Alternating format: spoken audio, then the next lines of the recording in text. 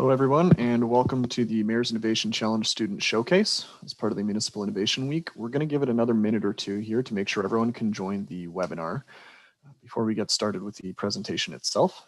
So that should be another minute or two. Thanks.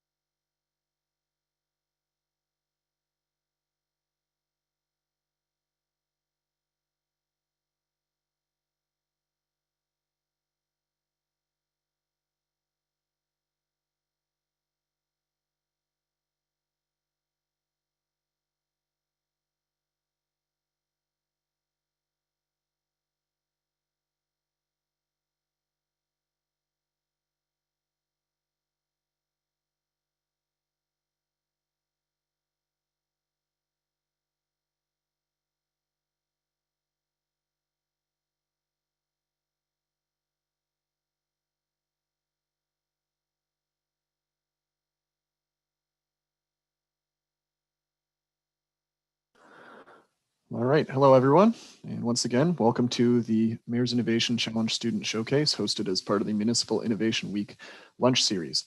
So while we're waiting for a few more people to join, we're already joined by 24 attendees, which is really, really exciting in addition to our presenters and judges. Before we get into things, I'm just going to do a few housekeeping items. My name is Mark Nardi. I'm with the city's communications department, and I'm going to be facilitating today's session. Before we get started, so just a few notes. This session is going to be recorded and live streamed on the city's YouTube page. Video, microphone, and chat features have all been turned off for all attendees for your own privacy. So just bear that in mind. In terms of questions, we are going to have a specific structure to how we're approaching questions. The format will be a video will be played for each of the presenting groups, after which the judges will have an opportunity to ask questions. We will have an intermission in the middle of this session. During that intermission, feel free to ask questions. So to do this, you can use the Q&A tool, which is just in the taskbar. If you either go to the top or bottom of your Zoom window there, you should see Q&A. You can open that window up and you can type your question in there. What I will be doing as a facilitator is just collecting all of those questions and passing them out to the relevant teams. This is very important. When you are putting a question in, please note which team it is for. That will help us organize things a little better on our end of things. If there are any questions that we don't get to during this presentation, we'll do our absolute best to try and collect everything and respond on our own. But we do understand that we're on a tight time crunch and we might not be able to get to every single question. The last important point here is if you run into any technical problems, you can call into today's webinar using the number noted on the screen here and use the webinar ID noted on the screen here. If you really want to join the webinar and with your camera functionality, we just recommend leaving the webinar and rejoining using that exact same link. Pretty straightforward. And if you do have any problems after that, you can always just email using the email noted in your original registration email. With that in mind, I'm going to pass things over to Craig Desjardins, Director of Strategy, Innovation, and Partnerships for the City of Kingston, to begin the Mayor's Innovation Challenge. Well, thank you very much, Mark, and good afternoon, everybody. Welcome to day 3 of Municipal Innovation Week. And for many of us, really the highlight of our year, the Mayor's Innovation Challenge. You know, our being here today during a pandemic is really a testament to city staff and our student residents who are committed to innovation. And I'm so grateful that everyone is here, those giving up time during their lunch hour to join us and really see some amazing innovations. You know, as we look to recover from the social and economic impacts of the pandemic, I'm always actively looking for positives out of the last year. Albert Einstein said, "In the middle of difficulty lies opportunity." And I think the Mayor's Innovation Challenge is a really great example of that. You know, with in-person limitations for events, uncertainty around academic institutions, I know many of you are sort of all over the country. You know, we've had to move to this video format. And I think once you've seen the amazing videos today, the reality is that our competition format has now changed forever. I don't want to say stodgy because actually I designed the format. The way we used to do it was a sort of a very formal, written sort of business description of these ideas and innovations. That's out the window now. We are going to be having this video format back next year. I know it's just so exciting. I've already talked too long, and I always do, of course, but I would like to give an opportunity to call upon the community's innovation champion, Mayor Brian Patterson, to bring some comments and really kick us off. Your Worship. Thanks very much, Craig. Good afternoon, everybody. It is my great pleasure to welcome all of you to the 4th annual Mayor's Innovation Challenge. Craig, I think you said it well. You know, in the pandemic, there's never been a more important time for great ideas. And this today is a showcase. It's a showcase of Kingston and how we really are a municipality that embraces innovation. We want to be a platform for entrepreneurship and new ideas that will improve the lives of everyone in our community and beyond. And it's also a showcase of the incredible talent and ingenuity and creativity of so many of our students that we have here in our community. It's a tremendous resource, and it's a great way to be able to celebrate those ideas. The other thing I'll say is that you can't have innovation without collaboration, connecting, working together. And so I just want to have just a big shout out to the partnership that makes this possible between the City of Kingston, Bell, and the DDQIC, Dunn-Dish-Bondet Queen's Innovation Center. Just really appreciate the partnership to be able to make an event like this happen. And of course, a big thank you to the staff, all the staff work, Amber Bryant-Peller in my office, Craig and your team at the city, and a big thank you to all of you students that we're going to hear from. I mean, you guys have done the work to think and be creative and put together these videos. And so I want to thank everybody for participating. I am convinced, Craig, this is going to be the best year that we've had. It's going to set the foundation for even better years ahead. So thanks very much, everybody, and enjoy the event. Well, thank you very much, Your Worship, and I agree with you 100%.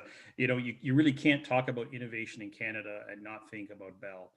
You know, we're so very fortunate. Bell has been with us from day one with the Mayor's Innovation Challenge as a sponsor, as a partner, really. And again, so grateful to their commitment to innovation in Kingston. We're very fortunate to have Karen Ellis, Director of Sales at Bell, here with us today as a panelist, a judge. And she's going to say a few words on behalf of Bell. So Karen, welcome. Thanks, Craig. Thanks, Mayor Patterson. I can't tell you how happy I am to be here today. Last year, the event was not virtual, and due to a snowstorm of epic proportions, I was not able to attend. So the virtual format is already working super well for me as I get to be here. This is the best part of my job and the very best part of being a member of the Bell team. The commitment that the organization has to our future leaders is spectacular. I couldn't believe the quality of the pitches that we're about to see today. I wanted to congratulate everybody who participated in the process, not only those who are participating today, but everybody who submitted proposals. When you look at our future and you look at the caliber of innovations and ideas and the passion that the students have brought to this event, you can clearly see that our future is very, very bright. On behalf of Bell, we are delighted to be able to participate. We are delighted to continue to partner with the City of Kingston and with the Mayor on this really great initiative. And let the games begin. Thanks very much, Karen. I agree 100%. But before we do, you know, we talk about partners. I can't think of a more amazing partner in our community than the DDQIC, the Dunn-Dish-Bondet Queen's Innovation Center, and someone who's not just a supporter, but he's also a friend. Jim McClellan, who's the academic director and co-founder of Dunn-Dish-Bondet Queen's Innovation Center. Jim has been a stalwart partner with us from day one. Jim, well, welcome, and I'd ask you to say a few words to kick us off. Thank you, Craig. And Mayor Patterson and Craig and your team, thank you so much for all of the hard work that you've been doing. I'm going to pick up on this collaboration theme. We're very, very pleased, very, very proud to be part of this initiative. Kingston's blessed with, you know, a very diverse range of talent and creativity, and is also blessed to have educational institutions such as St. Lawrence College and Queen's University and the Royal Military College. When you have an ecosystem like that, one of the things that you need is somebody who's going to help pull all those pieces together and lead. And so I would particularly like to commend Mayor Patterson and his team for the vision that they've shown. I grew up in Kingston. I've lived here for most of my life. The these are really exciting times. We've got the recent Health Innovation YGK initiative and so forth. You can really feel the momentum building. So we're very pleased to be part of this. I'd like to, say, offer our congratulations to all the teams that are going to be pitching, as well as all of those that have applied for taking that chance and jumping in, and extend a welcome from all of my colleagues at the Dun & Distripandy Queen's Innovation Center. Thanks, Craig. Well, thanks so much, Jim.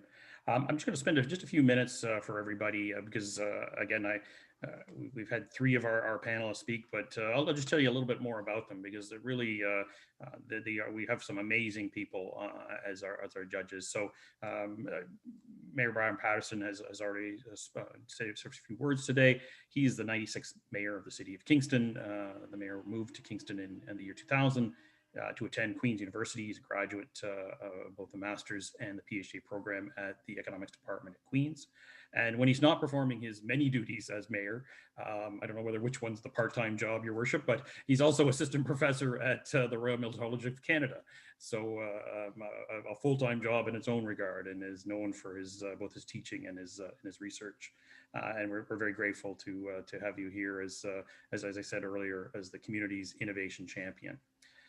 Karen Ellis. Karen is, as I said, Director of Sales at Bell with a 25-year veteran in information technology and information security across a variety of sectors. Karen's focus on her business clients is supporting business transformation and innovation to drive success.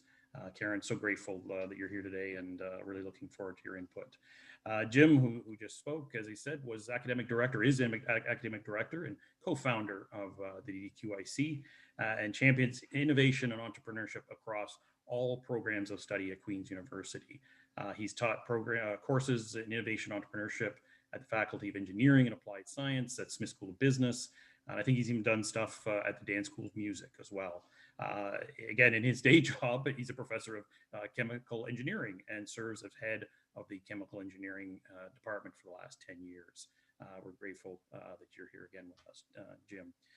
Dan Henry. Dan is a sustainable initiatives coordinator at the Limestone District School Board. Dan is again is a powerhouse innovator. He is a promoter of innovation in our community. He was one of the architects behind the internationally recognized Kingston Transit High School Bus Pass program. He combines a passion for sustainability, entrepreneurship, student mentorship, and the community that has really made him stand out. He's an author. He's done a TEDx speech. Dan is a big thinker and an extraordinary innovator, and we're so pleased that he's here today. Abba Mortley. Abba is the owner of Chermare Day Spa, which has 2 locations here in Kingston. Abba has an undergraduate degree at Queen's University and a PhD, or master's and PhD from Royal Military College of Canada. She is one of the most amazing community-minded person I've ever had the honor of working with. Right now, she chairs the Kingston Tourism Board. She co-chairs the Queen's University Council on Anti-Racism and Equity. She's a member of the BIA board. I'm probably forgetting, she's a part of the Kingston Economic Recovery Team. She's also been an active volunteer for youth diversion for more than 20 years. And somehow she manages to raise 4 young children. Abba, so grateful that you could spare a few minutes of your time with us today to be one of our judges. So with that illustrious members of our judging panel, let me sort of break down what's going to happen today. So we have 2 great prizes. We have a pool of cash that I think for those who excel in the showcase, I'm sure that would be well received by any of the students at this time of year. The other prize, I think, is even, I just love the summer Quick See program that DDQIC puts on. This is a admission to the 4-month incubator program that they run. The team with up to 3 co-founders each gets a $7,000 summer stipend, and they also get $4,000 in seed money to build the venture into a business. 2 amazing prizes, and really excited. So for the flow of today, we have 8 pitches. As Amber said, we were supposed to only have 6, but there was no way we could cut out and get it down to that. It may take us a little longer to get through, but it's going to be well worth it. We have some amazing video pitches. So we're going to play the videos of each proposal. And then after the video, we're going to take just a few minutes. I think we've got 4 minutes of questions from the judges. And then we'll go on to the next video. Once we've completed the competition, we'll take a recess for the judges to deliberate. It's always a challenge. And then the judges will come back and announce the winners. During that time, I think if any members that are participating and watching, if you have questions, there's a Q&A section. You can submit your questions in the chat feature. And during that question, while we're deliberating, you can ask those questions of the teams, and it can be a good dialogue with them. With that, I guess we're going to start. So Amber, I'll kick it off and let you take over. Thanks so much, Craig. So we'll start with our first team, Eco Meals. It's a pleasure to have Emma and Sarah with us today. I will start the video here. Just give me 1 minute.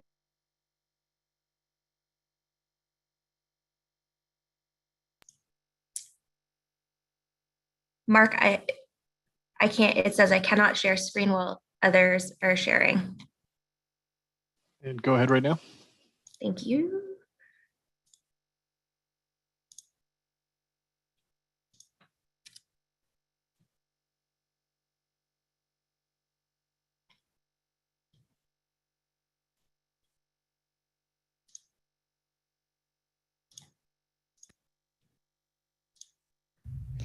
Hello there. My name is Emma Wensley and I'm in my 3rd year studying environmental science at Queen's University. I'm working with Sarah Labrosse, who is currently a 3rd year Queen's student studying computer science. We would like to present to you today our proposal for this year's Mayor's Innovation Challenge, Eco Meals, Kingston's very own locally sourced meal kit service.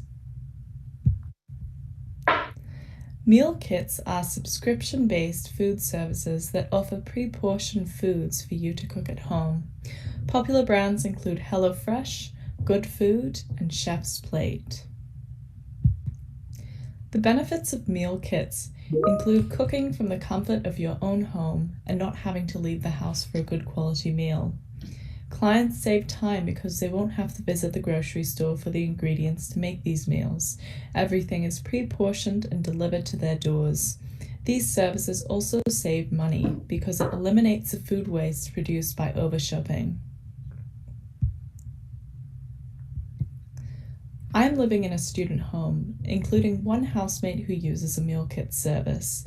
Although I thought it was a wonderful idea, one of the shortcomings was the amount of plastic waste produced every week from packaging.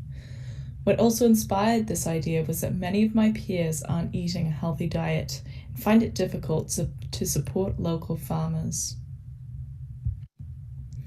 Here's a photo shared on Twitter showing 32 individual pieces of plastic being used in a single delivery kit from one of Canada's most popular brands.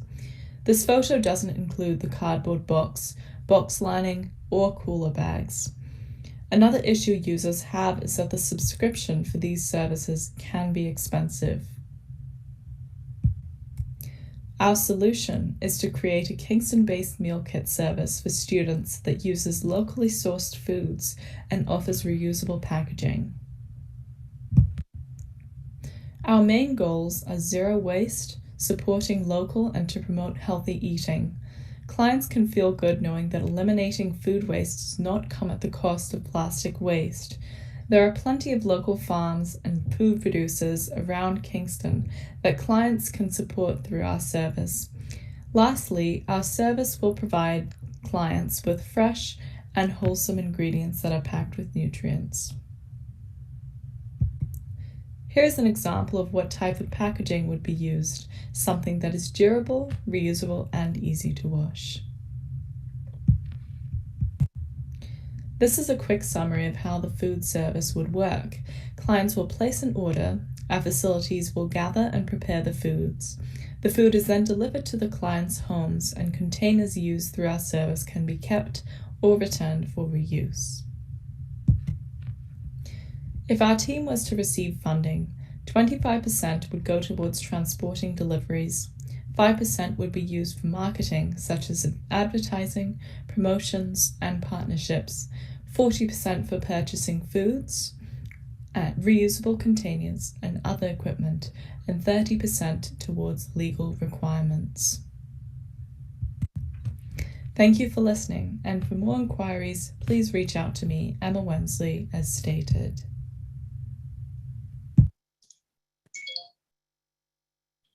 Okay.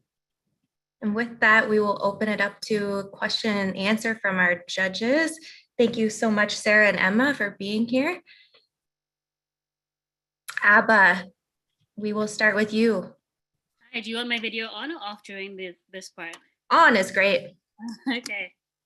Hi, Sarah. Great presentation. I like it for several personal reasons because, as mentioned, I have 4 kids, so I was trying to make meals, and I did try one of those boxes and actually stopped because I couldn't handle the packaging. I'm like, this is ridiculous.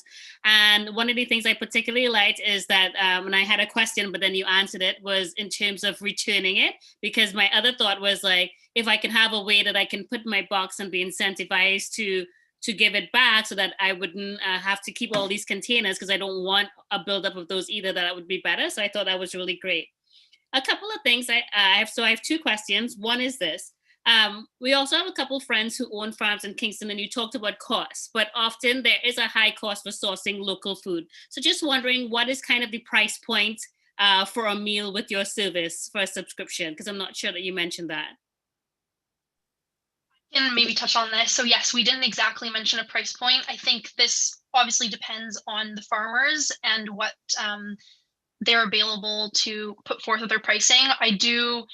Obviously meals can be expensive, but I do think there's a true cost of food, right? To pay these farmers and to have good food that is coming from sustainable means does have a cost associated. So we haven't put an exact price point yet because we want to make sure that we're working with the farmers to give them a price point that is fair for them, that they're getting, and then based on that, we would probably have to determine our price point. But it would probably be, a bit more. I think it definitely would reflect the cost of the food based on the farmers' prices. And my second question, thank you for that answer, had to do with how does this differ from, for example, many of the local farmers have CSAs already that run. How would this differ from that? And also other places like, for example, Miss Bow's and other local stores that are also already doing take-home kits. So what would be the value that would differentiate this and want the farmer to take away from their CSA program to participate in this one? I thought I would answer this one and just say that we are targeting our services towards students. And I've found in my experience that students haven't necessarily been a part of supporting local farmers in the past. And so having a service such as this, specifically made for students, makes it more accessible and creates a new lucrative way for farmers to connect with students or a community that they otherwise wouldn't be interacting with. Thank you very much. Anyone who shops or goes locally with farmers, and so even if those programs exist, they're not reaching so much of the student population that could really benefit. So this is kind of our way of expanding and kind of circulating with some of the local farmers. Great. We'll move on to Dan. Hey guys, I love the idea. Actually, years ago, I worked on a project with some Queen's students. It was for a health promotions class, just a small academic piece, but I'd love to share some learning. We called it Meal in a Bag, and we learned a lot from it. A big part of it is marketing and kind of promoting within that Queen's circle, I think. One question I think I have for you is just about packaging and distribution, because it can cost money. Do you see, when we did it, we did a centralized pickup, a bit different now, but who's packing the bags or the boxes? If you could speak to that, I know it just takes time, right? So, but again, please contact me after. I've got heaps of learning on this as well. So tell me a bit about the packaging of the produce and the meal kits, please.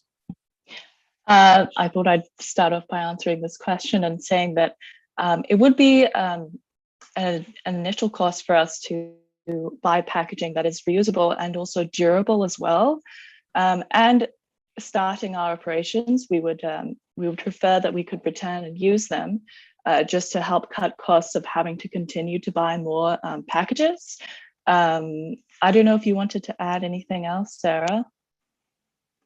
So I know, Dan, you talked about kind of like also the packaging. We were also hoping to, we're considering a couple options. We're like based on, because, you know, people do like the convenience of having delivery. So we're even looking to the cost of like, you know, part of this budget might go towards like e-bikes, maybe electric car, renting, so that we're kind of staying to our sustainable motto. But then also, what was just saying? I just blanked for a moment. With that, we're also planning to potentially work with local businesses who already have kitchens, and that way we could do a central pickup from that point for people who it is close if they do want to make it more affordable for them. Yes, maybe if there's anything I didn't touch on, I'm happy to expand. I also wanted to just mention that we would also have the option of either delivery or even pickup because I know a lot of students are concentrated very close to downtown or facilities nearby that we could potentially partner with. And that was sort of my addition. Jim, we have time for one quick question. Thanks, Amber. Very interesting idea. Have you thought about how you could then take this initiative and use it to help address other challenges within the region? I'm thinking in particular, creating abilities to earn livelihoods. Have you given any thought about who might be getting involved in the preparation and delivery? Explicitly, maybe I can just touch on this first. But, you know, I agree in that I think it would be, yeah, for people who need it most, we'd like people who obviously have like food experience preparation. We'd probably be starting out small, as we do want to do like test and prototyping and see kind of what the market is for everything. But it'd be great to even, you know, if the farmers had people, some of their workers who in addition wanted to help out and prep. Emma, if you have anything to add? Yeah, and also we would need people to help deliver foods if there are lots of deliveries to be made.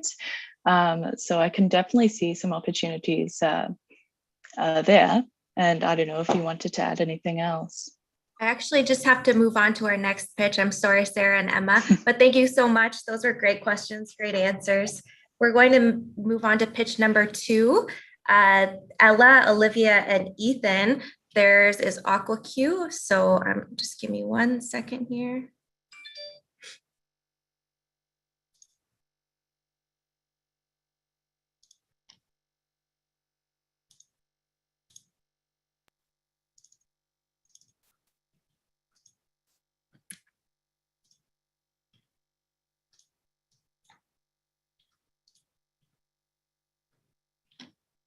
Hi, my name is Ella, this is Olivia, and today we'd like to present to you our 2021 Mayor's Innovation Challenge, making swimming accessible for the visually impaired. Around the world, over 253 million people have visual impairments, and for all of them, lap swimming is a life skill that they find challenging because currently they require 2 additional people, one at each end of the pool, to tap them on the head when they need to turn around. This lowers accessibility and is one of the limited existing solutions for this problem. Our solution increases accessibility, is easy to use for beginner to advanced swimmers of all ages, and most importantly, increases confidence and independence. We invented the AquaQ, which uses indoor GPS tracking technology to figure out where the swimmer is in their lane and gives them audio cues whether they need to turn around or adjust their position side to side in the lane. We hope that this could be integrated into public pools and used at no cost to the swimmer. Here's a picture of what the AquaQ looks like. You can see it tracking the swimmer in the pool and the cap with the tracking technology. Our goal is for this to be mandated for use in all public pools, just like the wheelchair ramp is mandated for use in public all around Canada. The AquaQ has an easy installation and setup, and lifeguards would keep the caps on hand and give them to swimmers at their request if they needed them. So the cost. Per pool, the AquaQ is about $3,000 plus $50 for each additional headpiece. For comparison, pool ramps or lifts can range from $5,000 to $15,000 per pool. So the AquaQ is quite affordable. Kingston would be a great place to adopt this technology so that they could further establish themselves as a leader of innovation and accessibility. Also, 4% of Kingstonians are with vision loss, and they could all benefit from this solution. Minister Carla Qualtrough also told us that this has the potential to influence how Paralympic swimming is done for people with visual impairments. So obviously, with a new technological device comes certain risks, but we wouldn't have gone ahead with this product if we had not done extensive testing. So there are some risks with software or hardware malfunction, but they're no greater than the same risks you would find with tappers. Furthermore, the installation costs for all Kingston pools would only amount to about 0.001% of total annual expenses. So even if our product completely flopped, it still wouldn't be a huge loss. We've consulted experts on this topic all around the world who have all given us very good feedback on our device and are encouraged by its technology. Notably, Honorable Carla Qualtrough thought the possibilities are really hopeful. Vicky Keith thought it was a game changer, and a swimmer with visual impairment was extremely excited to use it. Thank you for listening to our presentation.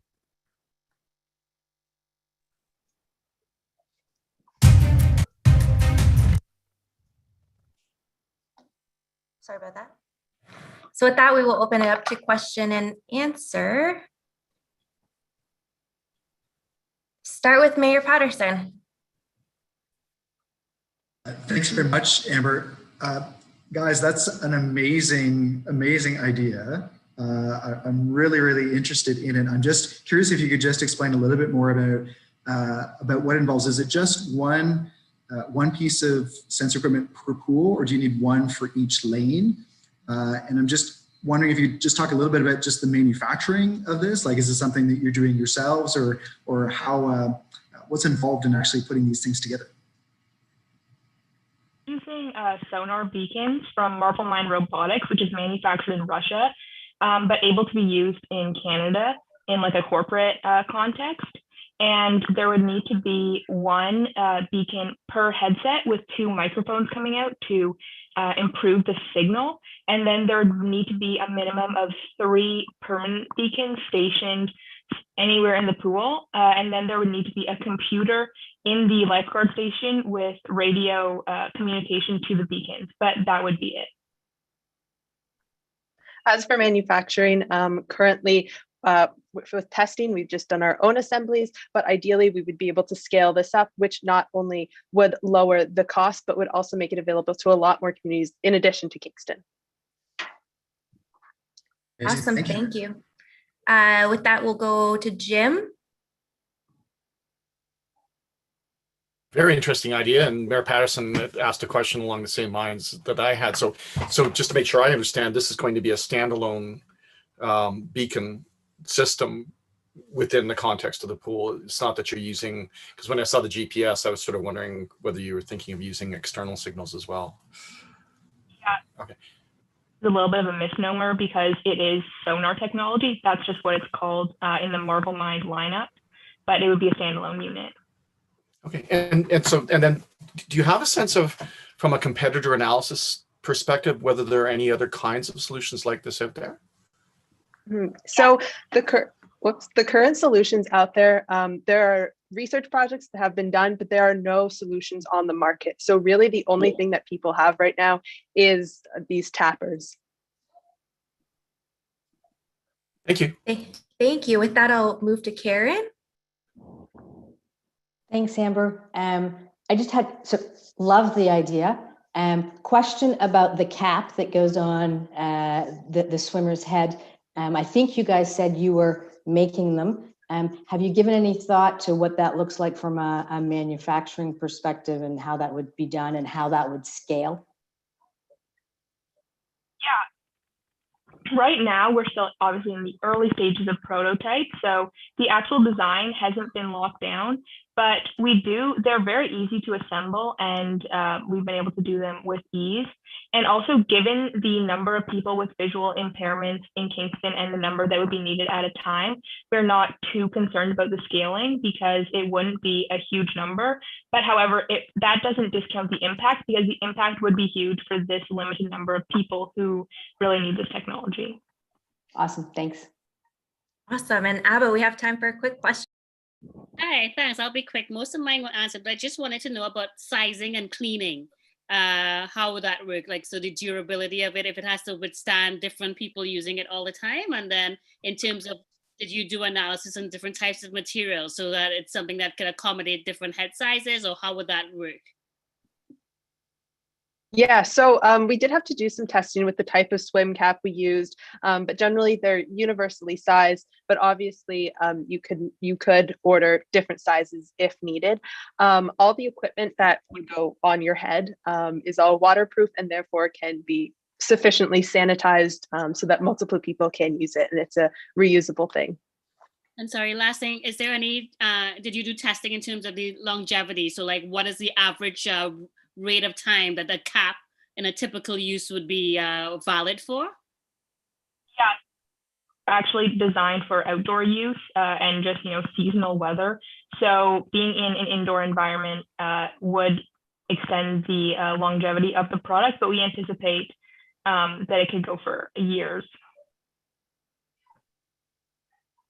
Awesome. Thank you so much. Thank you, Ella, Olivia, and Ethan. That was great. We are going to move on to pitch number 3, table art. I'm going to welcome Carolina, and with that, start playing the video.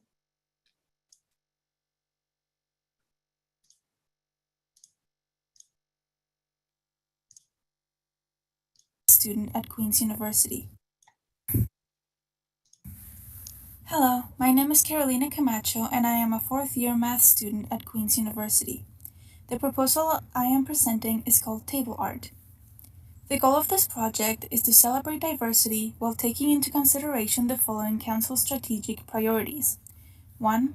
To increase access to and continue to beautify the waterfront, and 2. To foster innovative arts, culture, and social enterprises.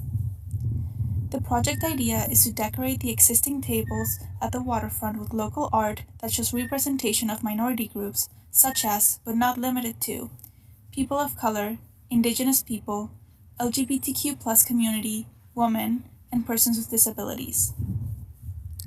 The first step towards this project would be to ask the people of Kingston to submit art by advertising the project through social media or sending emails to faculty in our departments that may share this opportunity with their students. Secondly, we need to select a number of pieces to buy as prints.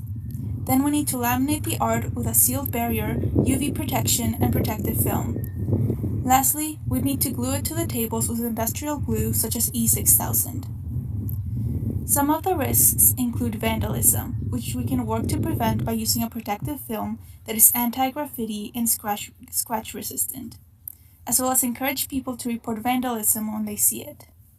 Certain weather may also damage art, so it is important to use lamination that will give the best protection against rain, sunlight, and snow. Since we are asking the public to send art, it is possible for someone to submit stolen art. This is harder to prevent, but we can ask people to submit art with watermarks and warn people of the consequences of art theft. Table measurements are around 70 by 28 inches. If we want the art to cover the full table, the budget considerations per table would include around $200 for the art print, laminating the art would cost approximately $150, a protective film roll costs around $50, and a bottle of E6000 glue can cost around $15. This gives us a total of $415 per table. Note that this cost could be largely reduced by using smaller art prints that do not cover the full table. This project would allow us to support local artists by buying and showcasing their work. It would beautify the waterfront by providing a comfortable place to sit and appreciate meaningful local art while also admiring Lake Ontario. And it would celebrate diversity by representing minority groups. Thank you for listening. Hello.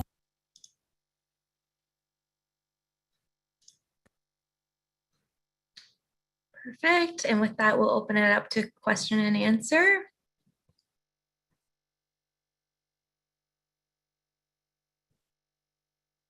Jim, go ahead. Very interesting idea, Carolina. I'm curious about the process of the lamination and in particular the delamination. Do you have a sense of how well you would then be able to pull this apart if you then wanted to showcase new art? Yeah, so when I was looking into it, it seems like it would be easier to find a company that would kind of customize it for you. It's the tables are very large, and sometimes it can be hard to find something that would fit it exactly. That's also why I had the idea of having smaller art prints, just to make it easier for everyone. In terms of delamination, I wasn't planning on changing the art. I was thinking of it having kind of like a long-term effect. So you can have your art there for, at least a couple years, just so that it's something kind of lasting that you can put out there and have them as a part of Kingston. Okay, thank you. Perfect. With that, we'll go to Abba. Sorry, I'll be quick. That was part of my question, because I think part of it is that we have so much local talent that I think it would be really good to have a changeover and not just have things for a longevity. So just wondering how that process was going to happen. But then also, how would you vet for authenticity? So to make sure that there was not appropriation of art, so that Indigenous art would be coming from Indigenous and so on and so forth. What would be like a vetting kind of process? Yeah, so I was thinking about this, like right now I'm alone as a team, but I would like to have kind of a team, a group of diverse people from different minority groups. First of all, when submitting the art, I would probably have kind of a criteria or like a Google form to fill out kind of like who you are, maybe even have an interview process before submitting the art, just to make sure everything is authentic, just as you said. In terms of choosing which art would be presented on the tables, as I was saying, I wanted to have kind of like a team of diverse group of people, because I want to see, I don't just want to hear from them, I want them to be there making active decisions towards the project, because I can speak like as a woman of color, but I don't know what it's like to be part of the LGBTQ plus community or a person with disabilities. So I would like them to be there and choosing the art prints that they would like to see that represents their own community as well. Perfect. And Mayor Patterson? Thanks, Amber. Carolina, really interesting idea. My question is this something that would work for different size, tables and materials? I'm thinking of like all the tables that I can envision, even just in the downtown. Like there's tables that we have in Market Square when the weather gets nicer, and I can think of tables out on patios of restaurants. So how easy or how challenging would it be to actually extend this and actually offer this sort of table art in a diversity of different places, even around the downtown? Yeah. So what I was thinking is, this is kind of something that we kind of like have to test as time goes on. My idea, what I wanted to do for the long run, is start with a really small number of tables, like just 5 to 10, with different tables like around different places in Kingston, and then leave them there for maybe a year, just so that we can see how the weather affects it. Because maybe we'll put them in summer and then realize that what we did couldn't stand the harsh winter. And so, worst case scenario, we put like 20 to 50 tables all around Kingston, and then we have to get rid of all of them. And I really don't want that. So I think it has to be a really slow process, just to make sure, all the different tables fit. It can stand the weather. Maybe there's like problems with vandalism that we need to change as time goes on. I don't want to do just like 1 or 2 either, because maybe the problem was with that specific table, or maybe there was a mistake done while we were making it. So just like a small sample size of tables, so that the cost, if it fails, wouldn't be too great, but also that it can give us kind of a sense of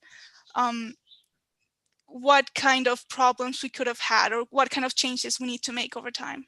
That's perfect. Thanks, Carolina. And Dan, we have time for a super quick one, if that's possible. Yeah, I can speak quickly. Thank you so much. I love vibrancy and color in our urban spaces. I would just offer a suggestion, and I think you're kind of getting around it because I've done a project where we put a lot of effort on murals on bus stops, and they were taken down quickly over time by people picking away. Again, there's not as much maybe around that. But behind City Hall, they have tables that go out and in every day, I believe, or there might be times where, the tables are protected at night. That's usually when the vandalism happened, I believe, for us. So just a tidbit there. And if you want to connect, let me know. But yeah, look for that flexibility. And I think doing a sample to test it out makes a lot of sense. Yeah, thank you. That's actually, I'd love to talk to you more about it. That's perfect. Yeah, vandalism was something I was really worried about, actually. That's why my first idea was to have actually just painting the tables, but then I realized if there's vandalism happening, you don't want to bring the artist back in, see the damage start and have to fix it. It'd probably be better to just like have a print. In worst case scenario, we have to replace the print, which would be a lot easier than bringing in an artist. That's awesome. Thank you so much, Dan. Thank you, Carolina. That was awesome. We are moving on to pitch number 4, which is the VP addressers. And with that, I will start the video.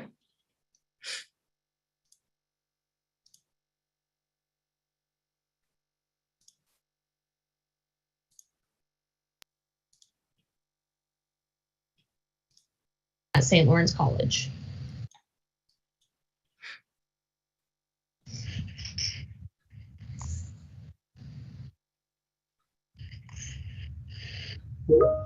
Hello, everyone. We are the VP Addressers. We're here today to pitch our idea for the Mayor's Innovation Challenge. I'm Mackenzie Cathcart. I'm Julia Shepard. And I'm Emma Chatterton. We are second-year students in the Community and Justice Services program at St. Lawrence College.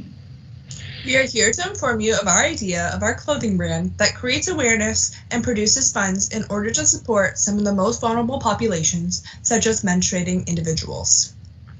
Throughout creating a meaningful design and logo, our mission is to raise money to fund menstrual hygiene products for members of the Kingston community along with Indigenous communities. This has created a global-wide poverty issue, and we want to address it because there's not enough support and awareness on this specific issue.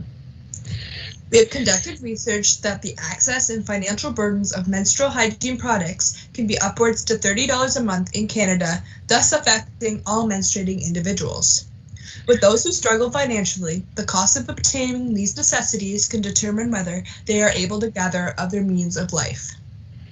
Throughout in the process of creating our clothing brand, we've followed the design thinking model in creating a logo to raise awareness and provide funding for menstrual hygiene products for vulnerable population. Here's some examples of our clothing brand and logo. The logo represents all menstruating individuals as well as addresses the Indigenous well-being and healthcare of the medicine wheel. Our focus is to be inclusive to all populations who are in need of menstrual hygiene products. We understand and empathize with populations that struggle to have the essentials that are needed. This is why we wanted to take action to help aid costs. Thank you for taking the time to watch and listen to our idea. We hope that you take our brand into consideration for the Mayor's Innovation Challenge. We are passionate about our mission and hope that you are too. Thank you again, and we hope to hear from you soon.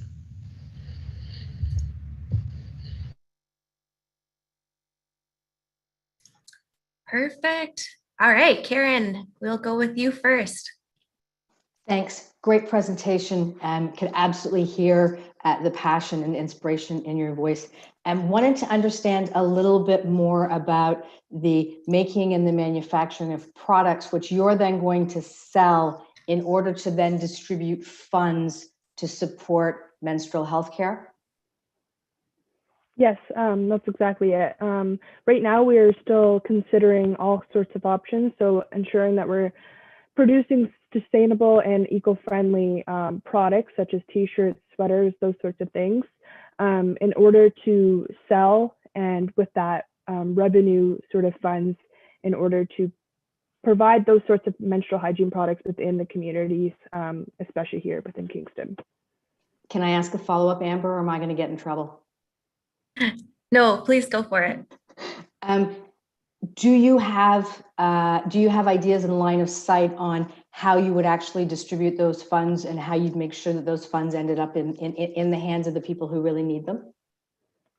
I think through our research that we've done so far, making sure we've connected with some sort of professionals within the community, especially here at the college. Jessie Pingali, she's one of the Indigenous student success facilitators, and she gave us great insight onto the different kind of organizations within Kingston that are lacking those sort of donations and those sorts of products. So the food banks, the shelters, the homeless shelters, within school facilities, any sort of population that experiences the vulnerable sector require these needs. So making sure that they are receiving those sorts of donations and making sure that those specific places will see those funds. Awesome presentation. Thank you. Thank you. And we will move to Abba. Hi, thank you for your presentation. I'm just wondering if you can give me an idea of your cost, like what that would cost, and then what percentage of that cost will be donated towards the cause of period poverty? Yeah, so that is something that we're constantly working with. We've been discussing with, like Emma said, many different professionals within the community. We have been working towards, funding for sustainable clothing brands and making sure that it's eco-friendly. So we haven't 100% worked out costs yet, but with that being said, all of the profits that we get from our clothing brand, it's non-for-profit. So everything that we get, every clothing brand that we sell will then go towards funding. So we don't keep any of it. It goes towards helping people within the community. Thank you. And just as a note, we just finished a big campaign at the spa. So United Way does a period poverty every year. So maybe that may be a good resource, and I'm happy to pass along that contact. And then they facilitate the transfer of all of those products to the different people in Kingston. So awesome. Thank you. Thank you, Abba. With that, we'll go to Jim. I'm interested in how you see this working, and in particular, so is the idea that you would then raise funds that would then enable the purchase of existing commercial products? Or have you given thought in particular to whether you might develop collaborations with manufacturers of commercial products, but that you could then do a different kind of rebranding so sort of come at the solution to period poverty two different ways. One is helping to make it accessible more by reducing the price, as well as providing additional funds to help with the purchase. Yeah, so we've looked into quite a bit. We've looked into buying period products in bulk to get us started. We've looked at different things like that. Emma, I'm going to pass this along to you because she has a little bit more information regarding this topic. For sure. So with that, we're understanding that there is sort of organizations already that are in the works of funding and donating these sorts of products within the communities, especially here within Kingston. We are aware of the previous organization with the United Way and the Tampon Tuesday. And so those sorts of things we're aware of, and we know that it's a very real reality for sort of kind of half the population here. And so going forward with that, we would reach out within the community, and that's sort of why we're here today, to make sure that this sort of issue is getting known and that this is talked about more. So hopefully some sort of community supports will be able to understand, and maybe we can go forth with connecting with those. Thank you. Great. And you can go ahead, Dan. Thank you so much. Very important. Something actually, I think that maybe to put on your radar if you haven't seen it, when you have the ears and you're talking about this very real stigma around some of this. I know Utilities Kingston just ran on International Women's Day a campaign to draw attention to not also put these products in the toilet. And again, I think some of that, after talking to my daughter and wife, just learning about this, there's stigma, especially out in, when you're out in the community. I think there could be some value just to pay attention to that a bit, because that costs utilities a huge amount of money because of, so while you're looking at the stigma and gaining traction and working with that, there might be another value of costs too, where you're saving money for septic systems or urban centers that, you're trying to break down that stigma, but also, there's several things there that there could be more money, that you're helping save. And I think it's a great idea. Thank you so much for pitching. Thanks so much, Dan. Thank you so much, Mackenzie, Julia, Emma. That was fantastic. We are going to move on to our next pitch number 5, with Alec, Ryan, Michael, and Alex for echolocation.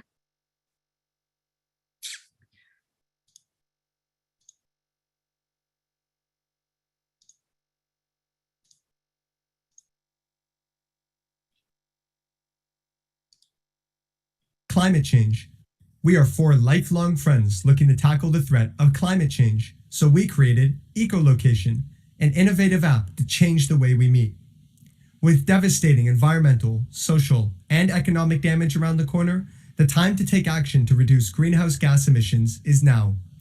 Kingston has declared a climate emergency and set out an action plan with emission reduction goals. The largest source of emissions is transportation, which accounts for 36% of the city's total. Currently, when people need to meet in person, the location is chosen without considerations for GHG emissions. By smartly picking an ideal location and prioritizing walking, biking, and carpooling, significant reductions in GHG emissions can be achieved by eliminating unnecessary travel. The solution is Echolocation, a forward-thinking application that reduces emissions from transportation. Whether you need to meet with your team or connect with a client for lunch, Echolocation finds you the ideal meeting point. Here is a working minimum viable product for the meeting functionality of Echolocation. Consider John trying to meet with his colleagues. Normally, he would have to put in a lot of time and effort to find a location fair for everyone, and this wouldn't even take into account GHGs. By using Echolocation, he can do both with ease. His manager has sent him a link to an Echolocation meeting. John updates the time from 11 a.m. to 11:30 a.m. as per the manager's request. He adds himself to the meeting and his personal preferences are loaded in. He then updates the location preferences for the meeting. Note currently the meeting has a carbon cost of 841 grams. After calculating, a new location was found, reducing the carbon cost by 200 grams. John can view his personal departure time and click on his icon to confirm that he will be walking. Using Echolocation provides 3 major benefits. Reducing GHG emissions, which brings the City of Kingston closer to its goal of carbon neutrality. Improving emission data collection, which generates new insights applicable to the city's action plan, and streamlining meetings to simplify coordination and save time. While there are other apps that provide similar features, none provide the same functionality and benefits that Echolocation does. Echolocation is unique in the market for its ability to reduce carbon emissions while providing seamless meeting scheduling in an easy-to-use interface. We will partner with municipalities to integrate Echolocation into day-to-day scheduling of meetings, planning of trips, and provide data collected from app activity. In addition, local businesses can pay to prioritize their establishment to our users and receive data for their marketing and outreach. We are the team to make this a reality. We have the technical expertise to build Echolocation and the entrepreneurial talent to grow the business. With the return from pandemic life, we believe Echolocation is the innovation to jumpstart new habits around in-person meetings. Now is the time for change. Thank you.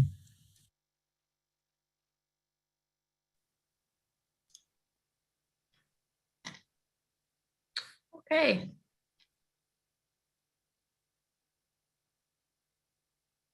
Mayor Patterson, we'll start with you. Thanks, guys. Really interesting idea. So one of the things that I'm thinking of is when I have meetings, sometimes I'm thinking of like a place to meet for lunch. Sometimes it's a coffee shop. Sometimes it's a meeting where, you know, we might want something in an office if it needs to be more private. So are those all features that can build right into your app? So you can think not only about location, but also filter based on what location works best? Yeah, definitely. So currently in our minimum viable product for Echolocation, we have some of those location preferences built in, and you're able to choose the location preference you want, and then the meeting will be in any of those buildings that are within your location preferences.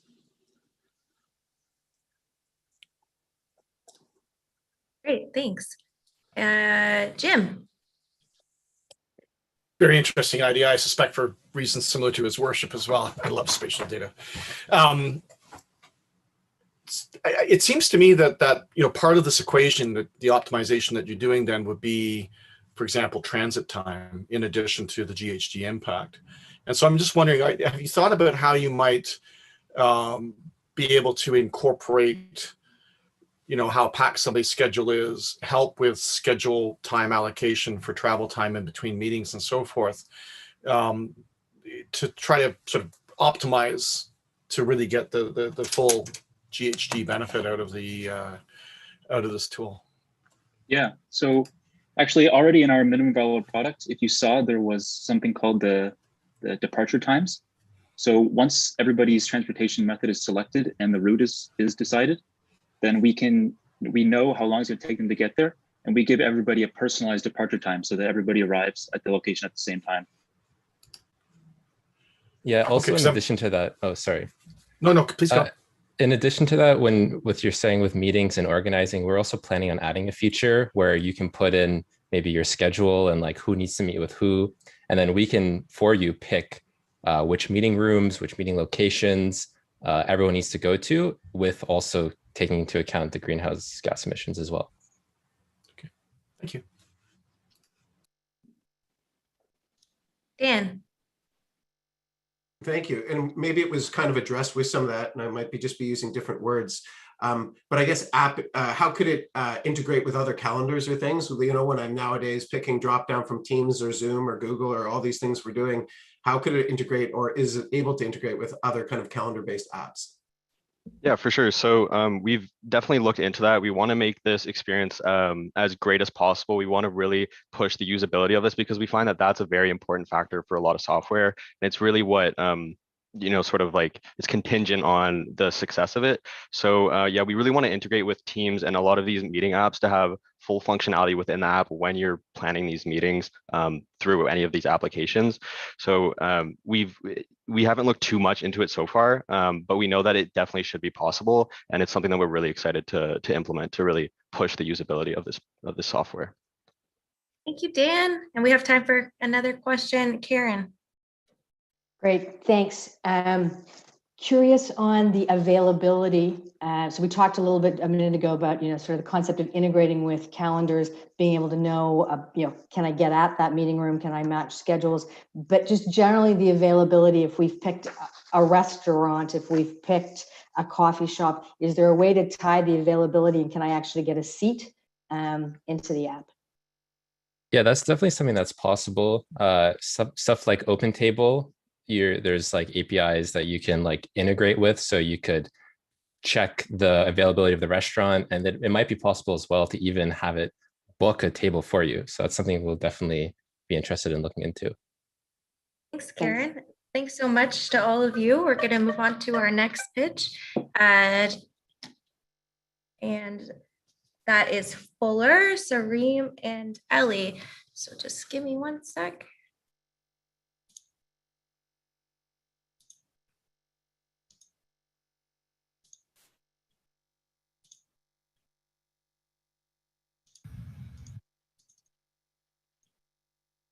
Hi, I'm Mohit. And I'm Ellie, and today we present to you Fuller. Around 63% of food goes to waste in Canada every single year. Canada's 2.2 million tons of avoidable household food waste is equivalent to 920 million tons of CO2 and 2.1 million cars on the road. From those numbers, 60% of that food could have been consumed at some point. Not only that, food insecurity has become more prevalent in the pandemic than ever. In May 2020, approximately 1 in 7 Canadian households experienced food insecurity. We decided to bridge the gap between food waste and food insecurity. Our platform facilitates the donation process between restaurants and bakeries with excess food to charities and shelters. We provide end-to-end communication between both parties using in-platform communication and text message alerts. Restaurants can keep track of their food waste. The dashboard shows how much money they saved and how many people they fed, and the platform manages and updates their tax deductible from the donations. Charities are able to make last-minute calls for food. They have the ability to manage all their donations at one place, and they have easy scheduled pickup times. So this is what the process would look like for placing an order from a charity's point of view. This is the dashboard page. We can see our previous orders, but we can also see that we have no active orders. So I'm going to click here to see the listings. So that brings us to a page to see all the available orders. We can sort by location, food amount, or pickup date. There are 4 here, but I'm going to click on this one. And so when we click on it, it brings us to a page where there's a more in-depth detail about the order, for example, the food item, the food amount, and the manager. I'm going to click here to place an order. And so that brings us back to the dashboard. And so now we can see that we have an active order. So let's say I wanted to contact the restaurant. I can click right here, and that brings us to the message page. And we can send a message, and we can also see the other messages that we've had with other restaurants. I'm going to go back to the dashboard page. And if we click here to see more details, once again, we can go over the more in-depth detail about the order. In terms of budget considerations, customer service, cost of development and design, and site maintenance will all be free, as one of us will be doing them. Hosted and SSL license will be $10.95 a month. Apple Play Store hosting is $99 a year, and Google Play Store hosting is $25 down payment. Risk assessments, financial risk. We have very low budget, therefore low financial risk. Insurance risk to mitigate the chance of poorly cooked food. We ask that restaurants provide their licensing and that food is no more than 2 days old with the exception of dairy-based items. However, there remains a minimal risk for insurance. Operational risk. If someone does not pick up the food must go to waste. We plan on implementing a policy to suspend cows that consistently fail on orders. Thank you.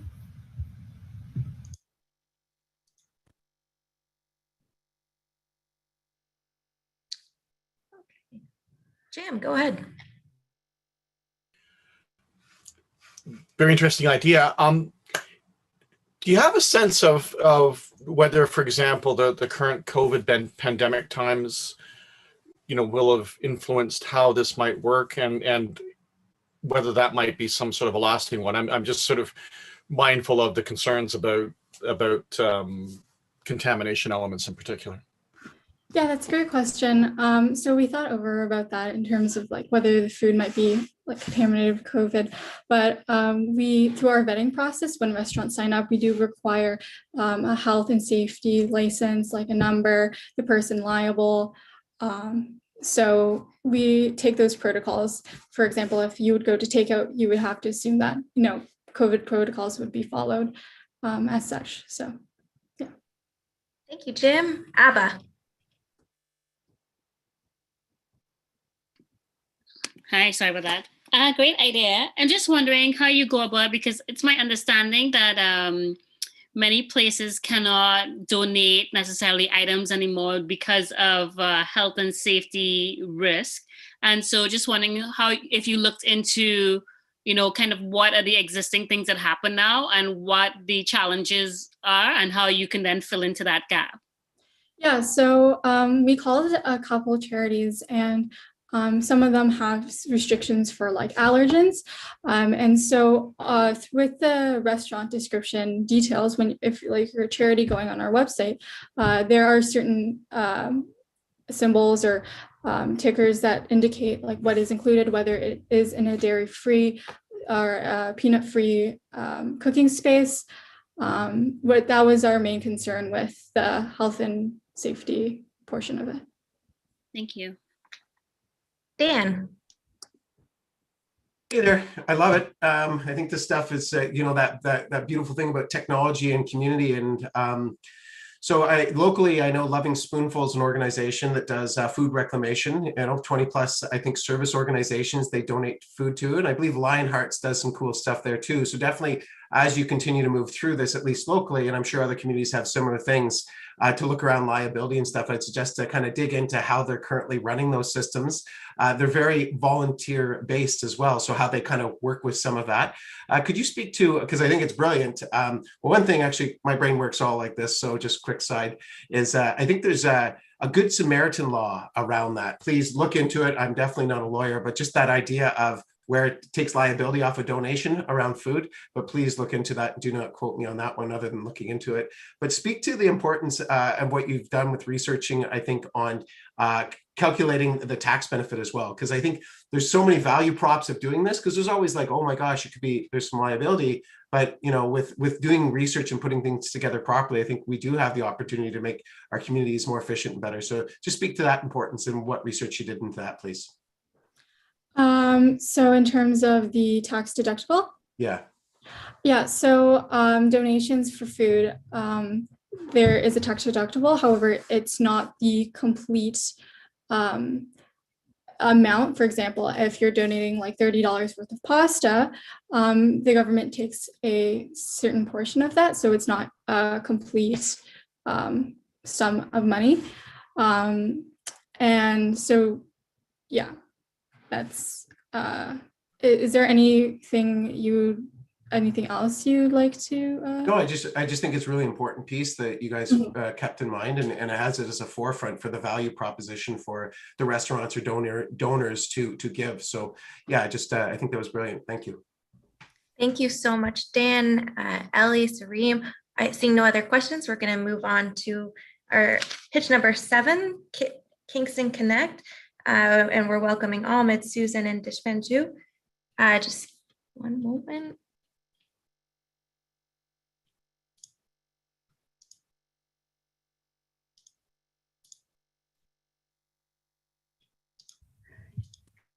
For this wonderful opportunity to present to you our idea for the Mayor's Innovation Challenge.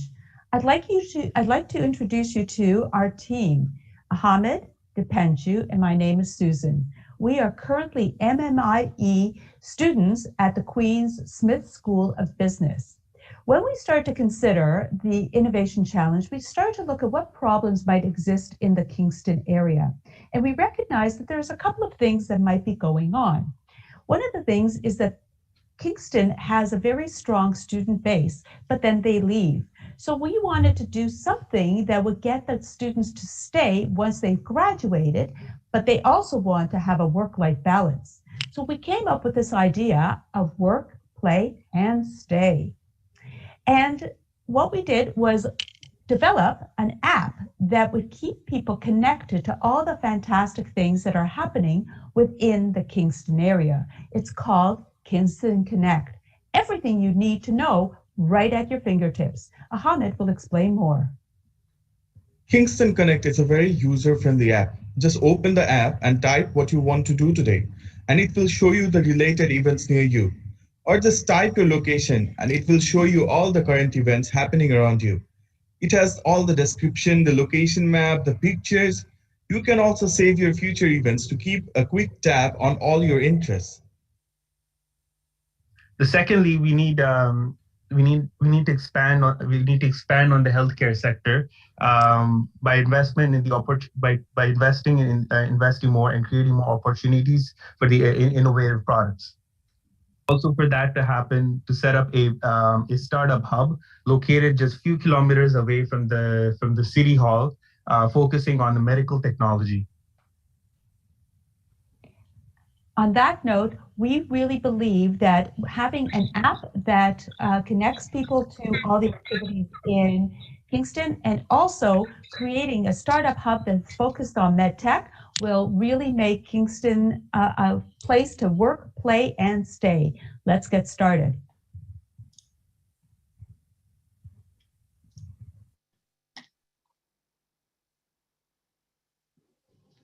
Mayor Patterson. Thanks, Amber. Great presentation, guys. I think the first question that comes to my mind is this an app? I know that the idea is to target it for students, for them to stay in Kingston, but I'm just wondering, is this an app that you could see being able to be rolled out to residents, to visitors? What do you see as the range about where this app could be used? Initially, we are targeting the people who are currently living in Kingston, the students and the young professionals. But I mean, of course, it's on the Google Store or Apple Store. So anyone who's traveling to Kingston can download the app and check out all the recent events that are going on. Thank you. Karen.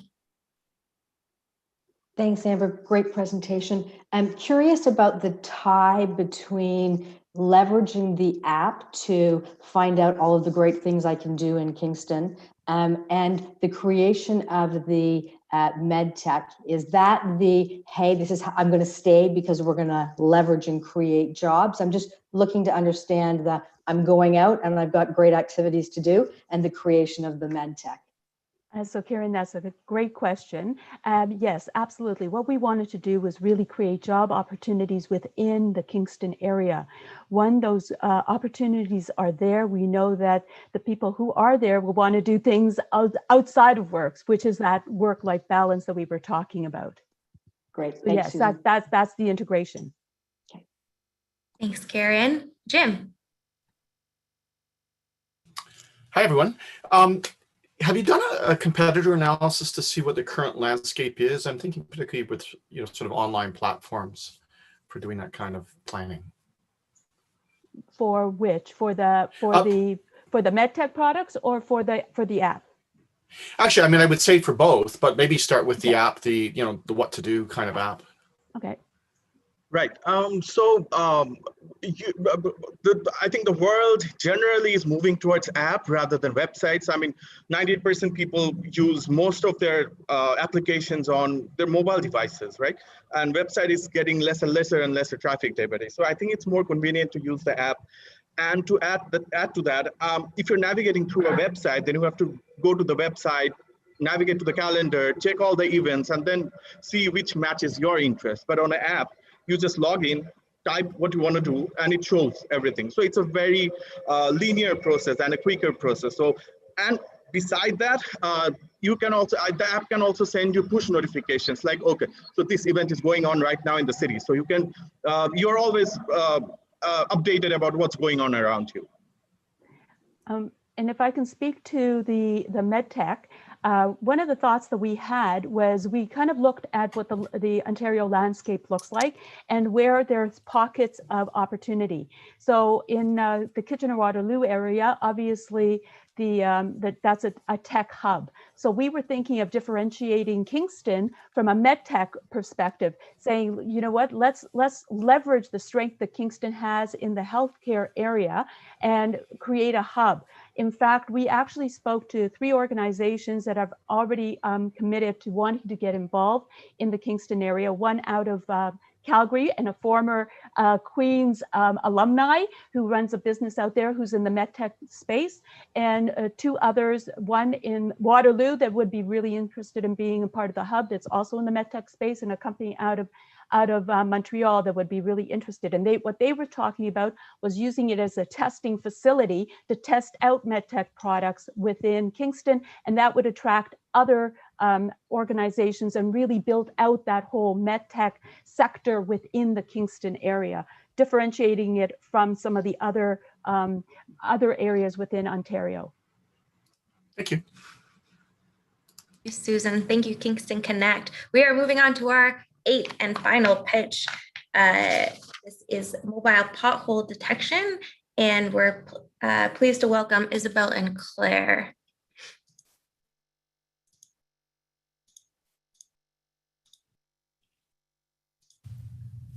Hi, my name is Claire Ellison, and I'm in 2nd year civil engineering at Queen's. Hi, my name is Isabel Frolic, and I'm in 2nd year computer engineering at Queen's. And this is our mobile pothole detection proposal. We are proposing an Arduino-based pothole tracking system to be implemented on city-owned vehicles. These will track the change in vertical acceleration of the vehicle to identify transportation infrastructure depreciation and key areas for repairs. The accelerometer system will be installed in a vehicle to measure the X, Y, and Z coordinates while in motion. When the vehicle hits a pothole, vertical acceleration will exceed a specified threshold of 8 centimeters, meeting minimum requirements as stated in the Municipal Act of 2001.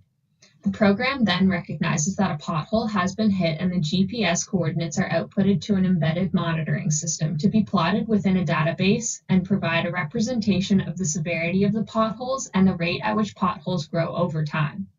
The Arduino is attached to the power receptacle within the vehicle to provide a constant power supply and could be located on municipally owned vehicles such as waste collection vehicles and those of building inspectors, utilities, and bylaw officers, which cover the majority of roadways in Kingston. The materials needed for each unit are an Arduino Uno, breadboard, triple-axis accelerometer, GPS wiring, and a DC barrel plug adapter for the vehicle's power receptacle, coming into a retail maximum price of $70 per unit. To achieve a holistic representation of the pothole disparity, we recommend implementing 10 to 20 monitoring systems, allowing for several units to be employed in each considered vehicle type. This proposal ties to goals of the Kingston Strategic Plan, which are to enhance the pothole maintenance program by increasing maintenance and tracking the largest potholes by depth.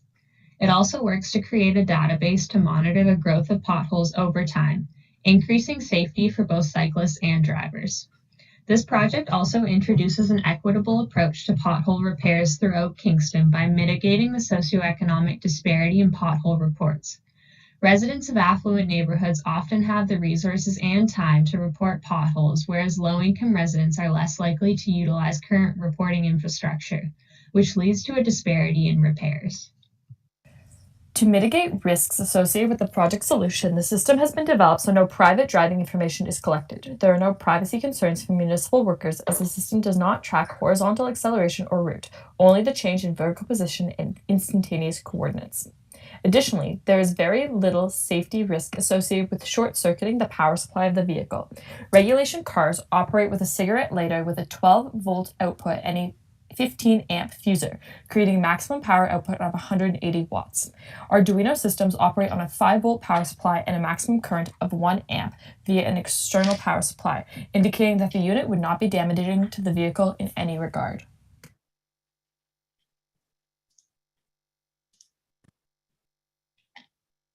Mayor Patterson, kick us off.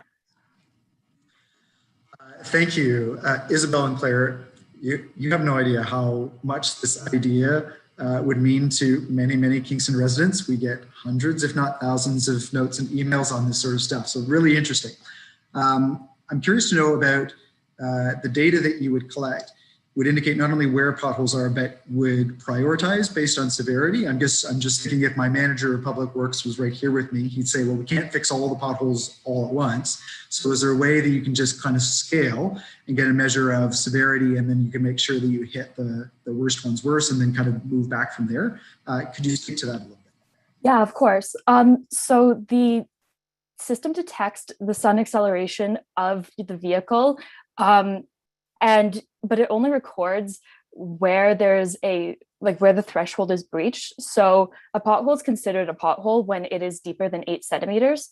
But because the accelerometer system indicates the depth of any pothole greater than 8 centimeters, and then it feeds into a GPS system, the GPS coordinate could track the depth at which the threshold was maximized at each coordinate system. So yeah, you could track where the deepest potholes were. Awesome. Jim. Very interesting idea. Question I have, if you think about how people drive when there are potholes, do you think that by just monitoring the vertical acceleration, you'll get a pretty reliable indication of locations of potholes? Because if you're driving and you see a pothole Yes. coming up, what would you be Of likely course. to do? So one of the things that we discussed was adding a button feature so that drivers didn't have to drive directly over a pothole. And that way, if there are potholes on other parts of the road, such as in bicycle lanes, it could still be recorded at the location. And that way, the system would feed into where potholes were, even if a road wasn't coming up to be reviewed for resurfacing. Okay, because I'm thinking like, there might be the last minute avoidance, so you could probably use the Yeah. XY coordinates a little bit as well, but then you might be, I know I'm guilty of sort of tracking where I think the path of least potholes might be. Not that there are many in the city of Kingston, so. Yes, but we are hoping because it is implemented onto municipal vehicles that adding a button where you could track where potholes were would be feasible. For sure. Thank you. Thank you, Jim. To you, Dan. I love it. I say that for all of them because I really do love them all. I love this one as well. I'm just wondering a couple things. One, because and I'm not an engineer, but with a GIS coordinate, would that be allowed? Like if there was another app or some that photos could be added as well over time, like there's more you can do with that information. Also, would bigger vehicles like the buses and other public works vehicles, would it handle it differently because they're a bit bigger, probably hitting more surface of the road? Just kind of thinking about how it could be used for different vehicles. Yeah, for sure. So one of the things that we wanted to do was implement this on different vehicle types so that we could because they take different routes and we want to get a holistic approach to all of the different roads in Kingston to make sure that we got all the potholes. And The system must initially be calibrated to find where the acceleration response is indicative of a pothole. So it would require a bit of iteration at the beginning of the system, but once that was set up for any sort of vehicle, so once it was calibrated to a bus, it would be implementable widespread on all buses.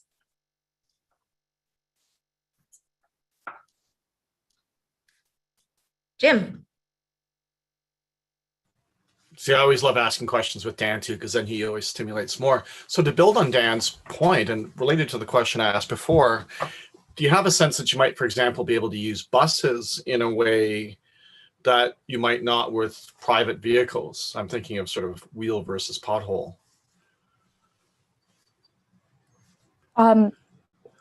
Well, buses would go on different routes, but they would also go on the same routes constantly. So you would end up being able to generate a lot more information for those routes.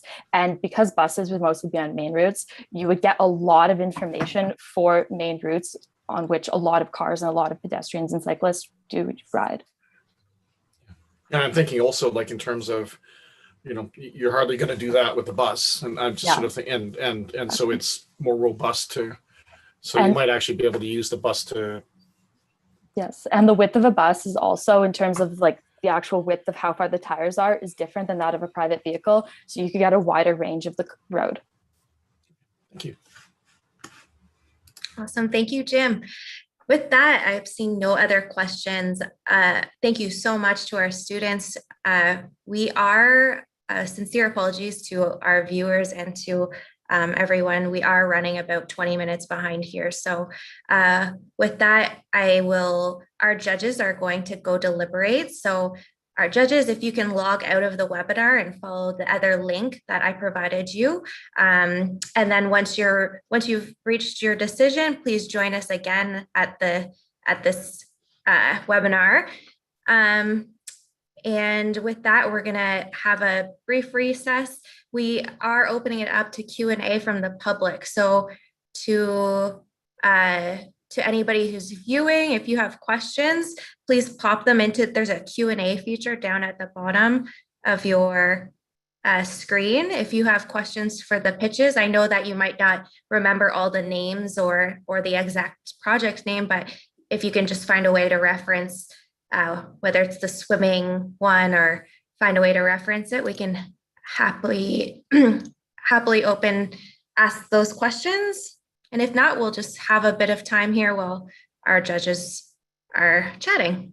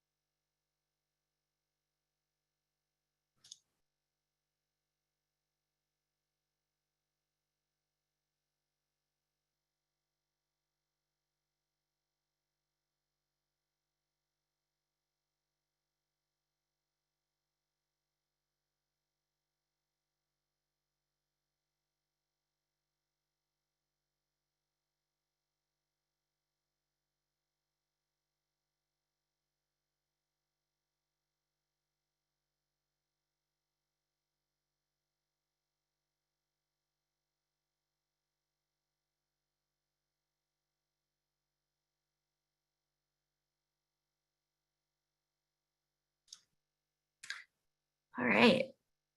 I do see a question from Michael. So how will your operationalization differ during pandemic and post-pandemic when things are all clear? I.e., what specific pandemic risks did you consider? Does any of the teams want to join in? Ella. I can hop in here. So our product, which is the swimming aid for visually impaired swimmers, we thought that because swimming is usually such an independent sport, And especially because the current solution is having 2 extra people on deck helping that swimmer at each end of the pool, that our technology, the AquaQ, can really reduce the number of people who have to be there at the pool, and secondly, can make this independent sport much more accessible to visually impaired people, so that maybe if team sports are canceled, they can move over to this. So those are some of the specific pandemic kind of restrictions we considered. But once we move out of this kind of pandemic era, I don't know, era is probably not the right word, but time, the same will really still apply with just helping visually impaired swimmers swim independently and confidently. Thank you, Ella. Did any of the other teams have that consideration and feel like answering? Seeing none. Another question we have, is there any platform or place for graduate students to provide their idea? I'm also curious if there's any limitation to international students to participate. Saeed, I'm assuming you're talking about the Mayor's Innovation Challenge. I would just note that the Mayor's Innovation Challenge is open to graduate students as well. So this is the conclusion for this year, but I definitely would encourage you to join us next year. And we also welcome students from international students as well. Thank you for that question.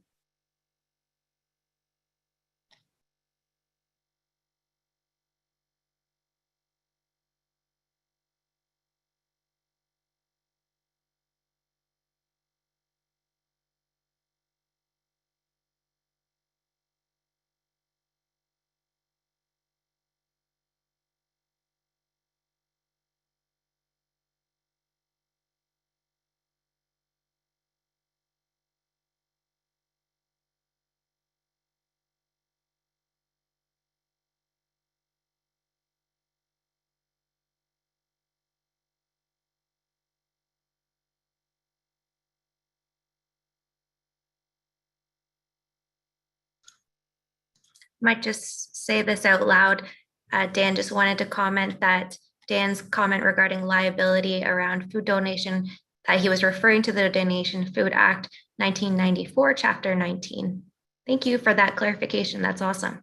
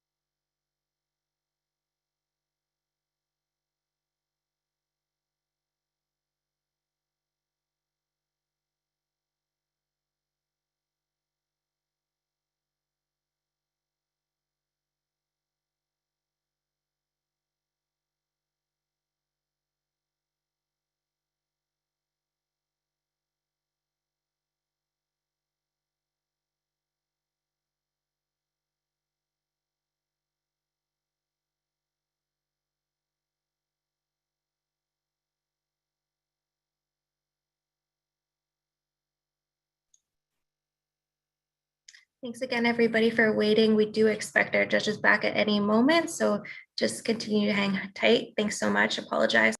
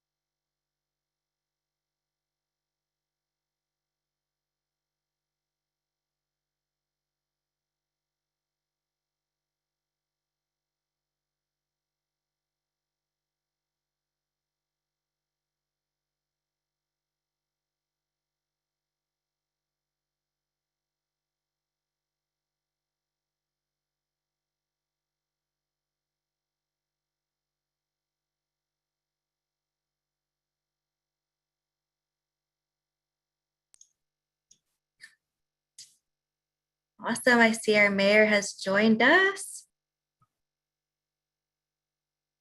We'll give it a few minutes or just another minute for all our other judges to get back in. If all our participants, the students, I mean, if you could also, we're gonna take off PowerPoint and have everybody put on their video as well. I see Karen, I see Brian, Jim, Dan.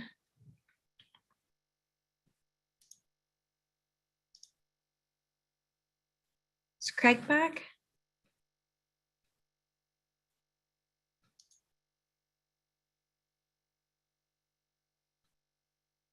Perfect. All right. I think we have everybody back. I just see Abba connecting right now. All right, Craig, if you want to just say a last word and then hand it over to Brian. Thank you so much for waiting, everybody. Really appreciate it, your patience.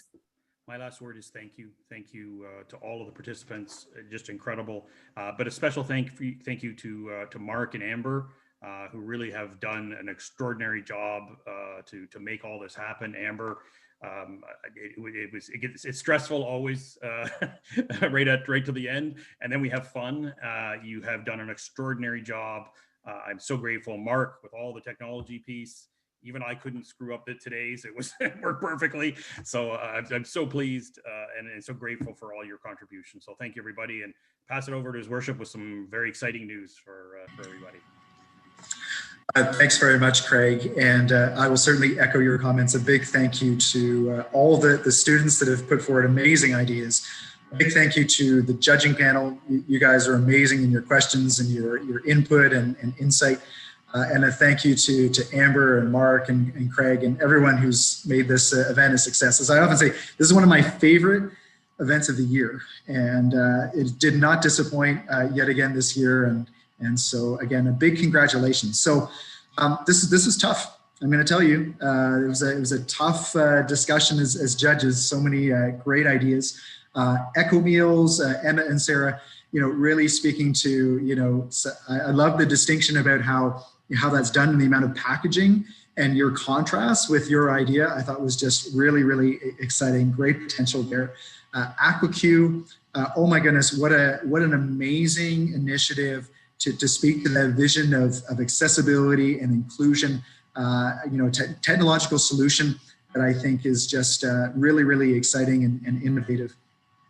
Table art, Carolina, honestly, what a great idea. We already had ideas about how, you could be sitting at a table, you could be taking a picture of this cool art that you see on a table, and then like talking about, oh, this is the brand of Kingston. So amazing work there.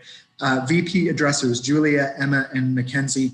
What a key issue, something that I think is really coming to the forefront, an innovative idea to be able to meet such an important social need in the community. Really great, and your passion, and excitement as you were talking about it really came forward. Echolocation, Alex, Ryan, Michael, and Alex, you guys, I mean, wow, like my wheels were already going as I was thinking, seeing your idea about how I could use that, and I'm sure a lot of other people could as well. The potential, for organizations, let alone individuals, to use this and be able to celebrate how we're, being more efficient about how we connect. Super exciting. Fuller, Sareem, Ellie, and Mohit. This is a huge. I hear about this issue all the time. About food waste on one hand, and the need, people that just don't have access to food on the other hand, and you're creating a bridge, that works for everybody. This is like a win-win, as I'm seeing this play out. Really exciting stuff. Kingston Connect, Ahmed, Dipshanu, and Susan. You guys are hitting like key issues, right? About an app that can keep everybody connected. What's going on in the city. And being able to speak to students that will stay here, being able to, the economic development potential, and, in the healthcare sector, that's one of the areas we're really trying to build on here in Kingston. So you certainly landed on a sweet spot, certainly for issues that we're talking about here. And then mobile pothole detection, Isabel and Claire. Oh my goodness, like you have no idea, like the potential for this. If people's minds would be blown in Kingston just about the efficiency of being able to address the pothole situation in Kingston. I'm telling you, it would resonate with just about everybody in our city. So amazing ideas. And what I'm going to say is not everybody could win this, but there's always room for a great idea. So I just want everybody to know every one of these has enormous potential. And so I hope that regardless that you'll consider pursuing it and building on it and bringing it to market. Again, a great way to make Kingston just a vehicle and a platform for great innovative ideas like these. So I guess that kind of brings me to the big news. So first thing I'll say is we've got two streams, right? So of course there's a Smart Kingston stream, and there were so the winner of the Smart Kingston stream is an entry into the QuickSea Accelerator program this coming summer. And so I would like to congratulate the winner of the Smart Kingston stream in this year's Mayor's Innovation Challenge is Echolocation. Alex, Ryan, Michael, and Alex, congratulations guys, awesome work. I will certainly look forward to seeing your pitch as part of the pitch competition at the end of the summer in August. I always try to attend and see the ideas that come out of there. So congratulations, guys. Look forward to the great work that you're going to be able to do with echolocation. So the other stream is the public sector innovation stream. Oh man, this was tough. There were some really good, exciting ideas here. And so we really took advantage of the fact that this year we have $8,000 to award, and a big thanks to Karen and Belle for being able to put these dollars forward and create this seed money for these ideas. So we went back and forth on this in a while, and we decided that we would come up with a creative way to allocate this $8,000. So what we have is a first prize, and then we have two runner-ups. So the two runner-up teams are going to get $2,000 each, and then the winning team is going to get $4,000. Now, before I announce who those are, the one thing I will say is that not only is there going to be cash, but Jim at DDQIC has been very generous to offer mentorship through the Q Year Venture Program, which is, again, going to give you access to mentorship and ideas about how you can grow that building. So it's not just a cash prize. That's one thing, but there's going to be lots of other resources that we're going to offer as well. So Jim, thank you. Thanks for offering that. And Jim, is there anything else you want to say about that just before I announce the winners? Or just very quickly, so the Q Year Venture Program runs continuously, and that will get you access to the boot camp workshops that we have as part of that are also part of Quixie, and also get you into the ecosystem, so you'll be able to participate in the regular workshops that are going on, plus take advantage of the mentoring and the other facilities. So awesome, amazing, thanks Jim. Okay, so I'm going to announce the runners up. First of all, so for a cash prize of $2,000 to mobile pothole detection, Isabel and Claire, well done guys, congratulations. And then also $2,000 to table art, Carolina, congratulations. Outstanding work guys, really, really great. And then first prize for the public sector innovation stream, $4,000. Really exciting stuff. I'll look forward to seeing this in public pools here in Kingston. The winner is AquaQ, Ella, Olivia, and Ethan. Congratulations, guys. Well done. And again, a big congratulations and thanks to all of you guys. This was just an amazing, amazing session. And thanks for being a part of the Mayor's Innovation Challenge.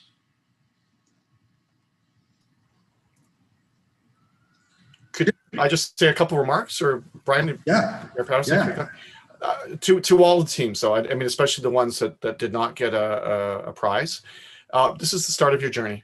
Okay, you've all been working on ideas that can very definitely contribute to the community and beyond. And so I would very much, and I'm sure the fellow judges on the panel would very much encourage you to keep going. You are absolutely welcome to reach out to us as well, to the Dun&Desh Queens Innovation Center, also to get access into the Q Year Venture Program. It's very much a facility that's open to all. So please do reach out as well. We'd love to see you take these ideas and build them forward as well. Thank you. Jim, so I know that we've gone a little bit longer than we expected, but we really appreciate everybody tuning in and enjoying the day. Again, thank you for everything you're doing to promote this culture of innovation we're building in Kingston. So thanks everyone. Thanks everyone, bye-bye.